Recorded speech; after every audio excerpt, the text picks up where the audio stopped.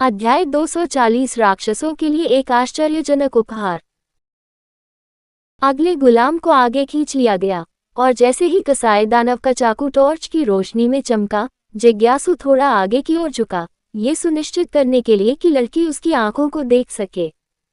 ध्यान दो, छोटे बच्चे, वो फुसफुसाया। उसकी आवाज बर्फ की तरह नर्म और ठंडी थी, क्योंकि यह केवल शुरुआत है। वह धीरे धीरे मुस्कुराया। उसकी नज़र भीड़ को भेद रही थी, उस डर को महसूस कर रही थी जिसने उनकी जीप पर ताला लगा दिया था। फिर मेरे लिए अगला लाओ, उसने धीरे से कहा, लेकिन उसकी आवाज़ उनके दिलों को चीरती हुई पूरे चौराहे पर गूंज उठी।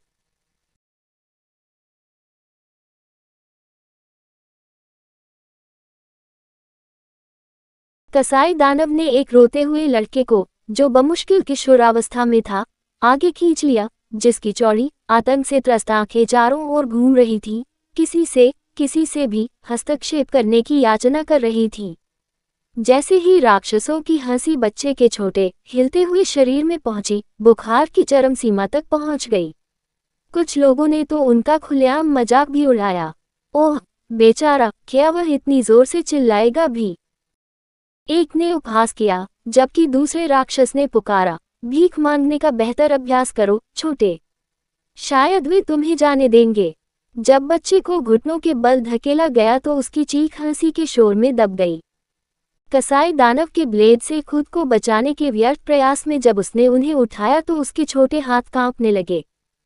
उनकी चीखें राक्षसों के स्थिर मंत्रोच्चार के साथ मिश्रित हो गई, क्योंकि वे अधिक रक्त के लिए जयकार कर रहे थे। उनकी आवाजें क्रूरता की भयावह सिम्फनी में मिश्रित हो रही थीं।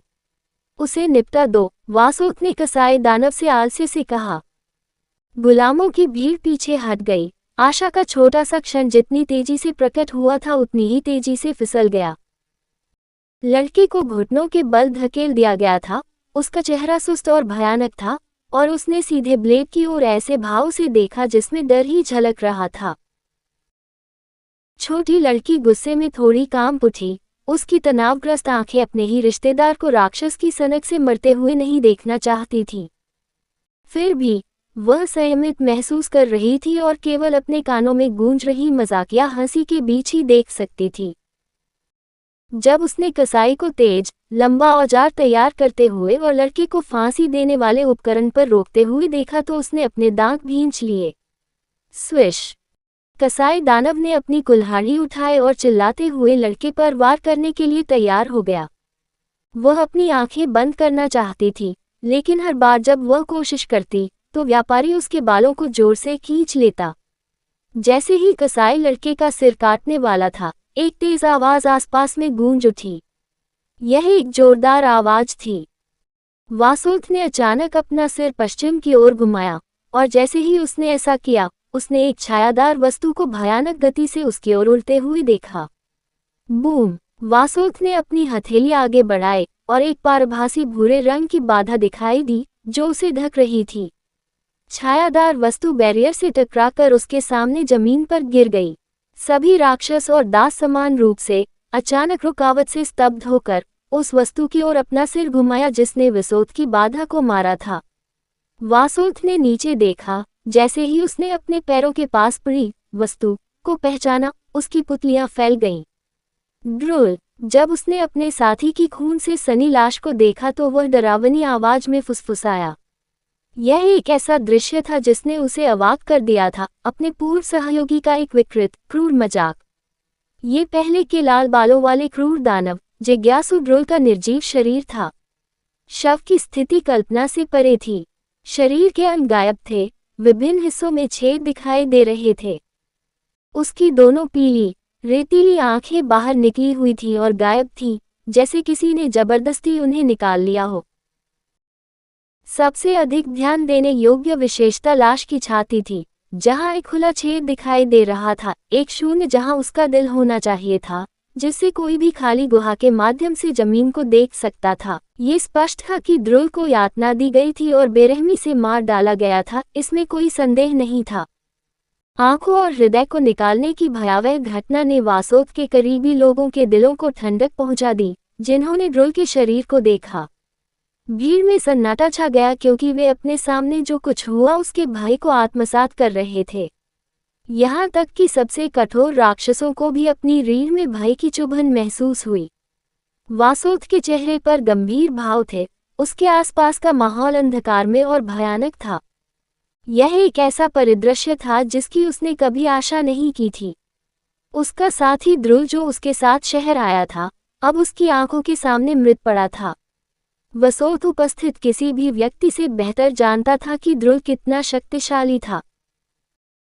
यहाँ तक कि वह इस बात को लेकर भी अनिश्चित था कि वह ध्रुव को एक तरफा हरा पाएगा। उसे ऐसी स्थिति में छोड़ना तो दूर की बात है। उसने एक बार फिर राक्षस जिज्ञासु के फटे हुए शरीर पर नजर डाली और गहरी बेचैनी महसूस की। ध्रुव राक्षसों के एक प्रतिष्ठित परिवार से था जो अपने उग्र और हिंसक स्वभाव के लिए जाना जाता था, एक ऐसी रक्तधारा जिससे राक्षसों के पूरे देश में डर था। अपने उत्कृष्ट वंशागत जीनों की बदौलत वह अपने स्तर के अधिकांश राक्षसों से शारीरिक रूप से श्रेष्ठ था। उनके पास कई क्षमताएं थीं और रेत तत्व के साथ उनका गहरा जुड़ाव था। उसे घेरना आसान नहीं होता, कहने की जरूरत नहीं है, उसके पास एक विशेष तुरुप का इक्का भी था। फिर भी इस सब के बावजूद ध्रुव की इतनी बुरी तरह से मृत्यु हो गई, एक परेशान करने वाला संकेत। इसका मतलब था कि दुश्मन ने ध्रुव पर पूरी तरह से कब्जा कर लिया था। ये कितना एकतरफा रहा होगा। ध्रुव की अनोखी आंखों से उसे दुश्मन का ध्यान भटकाने और भागने का समय मिल जाना चाहिए था। वे आंखें उसके पूर्वजों से विरासत में मिली थीं, और यहाँ तक कि उच्च स्तरीय राक्षसों के खिलाफ भी उन्हें एक या दो पल के लिए काम करना चाहिए था, जिससे ध्रुव को भागने के लिए अपनी कलाकृतियों का उपयोग करने के लिए पर्याप्त समय मिल गया। लेकिन परिणाम उसके सामने था, उसकी आंखें बाहर आ गईं। दुश्मन ने उन्हें ले लिया होगा। इतना अहंकार। वासोद ने जबड़ा भींचते हुए अपनी सांसों में बुदबुदाया, हा हा हा। वासोद की विशेषताएं एक बदसूरत अभिव्यक्ति के रूप में विकृत हो गईं, जिससे उसका सुंदर चेहरा विकृत हो गया। उसके अंदर एक कपकपी दौड़ गई। तथ्य यह है कि ध्रुव का शव उस पर जानबूझकर फेंका गया था। मानव घुसपैठिया क्या बताना चाह रहा था?